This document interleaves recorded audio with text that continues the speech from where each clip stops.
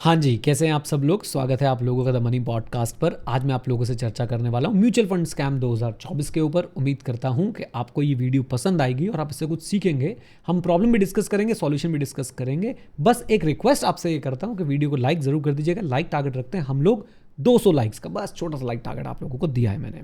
पूरा विश्वास है कि आप लोग अचीव करा देंगे। तो हुआ क्या कि अभी हमने देखा कि भाई इलेक्शंस के चलते स्टॉक मार्केट में रोलर कोस्टर राइड जो है हमें देखने को मिली। रोलर कोस्टर राइड क्या थी कि भाई 3 जून को मार्केट को लगा कि भाई इलेक्शन में तो बीजेपी को पूर्ण बहुमत, प्रचंड बहुमत जो है मिलने वाली है, और इस तरह के एग्जिट पोल्स भी चलाए गए और बहुत सारे मैं बोलूँगा कि लोगों ने कॉन्फिडेंस दिलाया। अब उस कॉन्फिडेंस के चलते जो है वो स्टॉक मार्केट चली गई भाई ऊपर, बहुत ऊपर, बहुत बहुत बहुत ऊपर। सब बड़े खुश हुए, राइट। एंड उसके बाद क्या हुआ, 4 जून को जब एक्चुअल रिजल्ट्स आने लग गए तो भाई आपको सबको हमें पता चलने लग गया कि पूर्ण बहुमत, प्रचंड बहुमत जो है वो नहीं मिल रही है, और स्टॉक मार्केट ने उसके बाद जो है वो नेगेटिवली रिएक्ट करना शुरू कर दिया। इट्स जस्ट लाइक 3 जून को स्टॉक मार्केट ने बोला आई लव यू, और 4 जून को स्टॉक मार्केट ने बोला but only as a friend, है ना। तो उसके चक्कर में भाई साहब स्टॉक मार्केट नाराज हो गई है और वो नीचे आनी शुरू हो गई है। अब सुनिए, अब यहाँ पे हुआ क्या कि 4 जून को जब मार्केट बहुत ज़्यादा गिर रही थी, बहुत ज़बरदस्त डिप देखने को मिला, if I am not wrong शायद 5-6% के आसपास डाउन होकर क्लोज हुई थी मार्केट। एक बार आप लोग भी मुझे कमेंट में बताइएगा। उस समय लोगों ने कोशिश करी कि हम लोग इस डिप का फ़ायदा उठा लें, क्योंकि बाय द डिप कहा जाता है और लोग उसमें बिलीव भी करते हैं और बाय करने की कोशिश भी करते हैं। मैंने भी किया, राइट, एंड आपने भी ज़रूर किया होगा।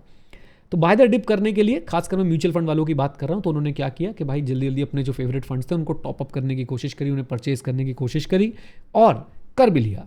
कट ऑफ टाइम अलग अलग फंड्स के शायद अलग अलग हो सकते हैं। मेरे हिसाब से जो जिन फंड्स में मैं इन्वेस्ट करता हूँ प्राइमरली, मैंने कंफर्म किया 3 बजे का जो है कट ऑफ टाइम हमें मिलता है कि 3 बजे तक का अगर आपने कोई भी ऑर्डर प्लेस किया है तो आपको उसी दिन की एनएवी मिलती है जिस दिन आपने ऑर्डर प्लेस किया। तो 4 जून 3 बजे तक अगर आपने ऑर्डर प्लेस कर लिया तो आपको 4 जून की एनएवी मिल जाएगी।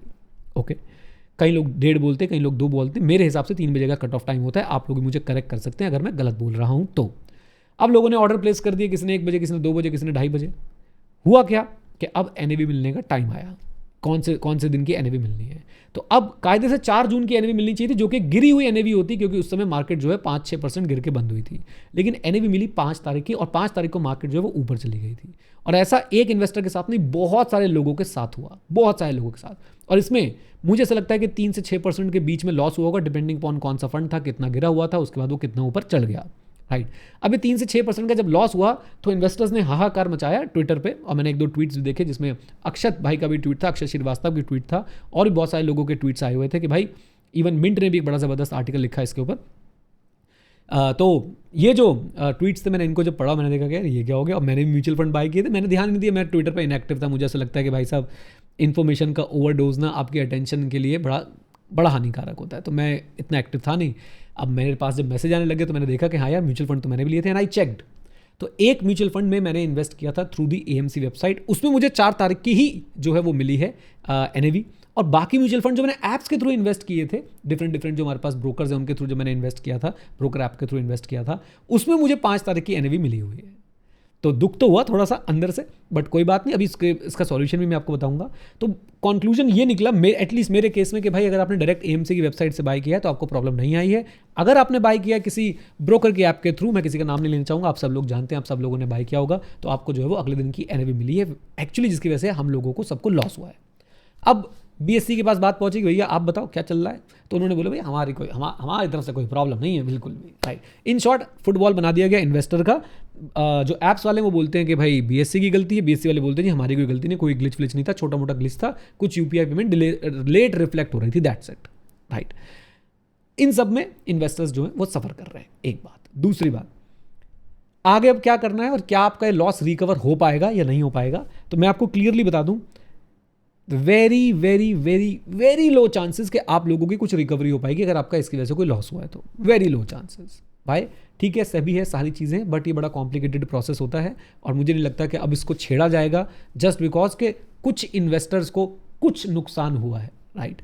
तो आई हाईली डाउट कि हम में से किसी को भी हमारे इसके लिए कुछ कॉम्पनसेशन मिलने वाली है या हमें कुछ एनएवी में हमारे कुछ चेंजेस होगा। आई हाईली डाउटेड, अगर हो जाए तो बहुत अच्छा है।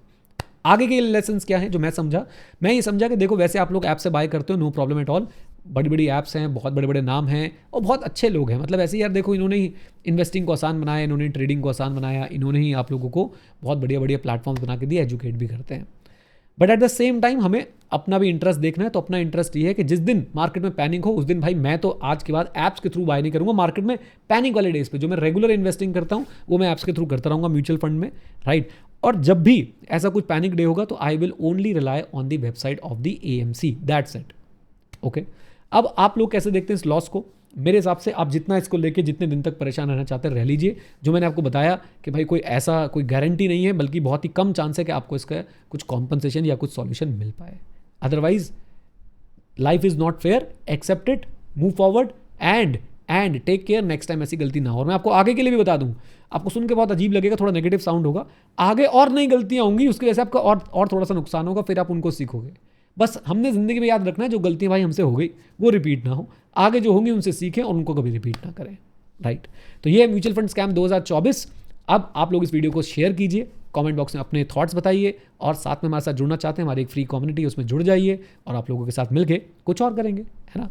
चलिए, with this note, thank you very much, stay connected, stay here, जय हिंद। और हाँ मित्रों, सीखते रहें, क्योंकि सीखना शुरू तो जीतना शुरू। Bye bye and take care, God bless you and do subscribe the money podcast.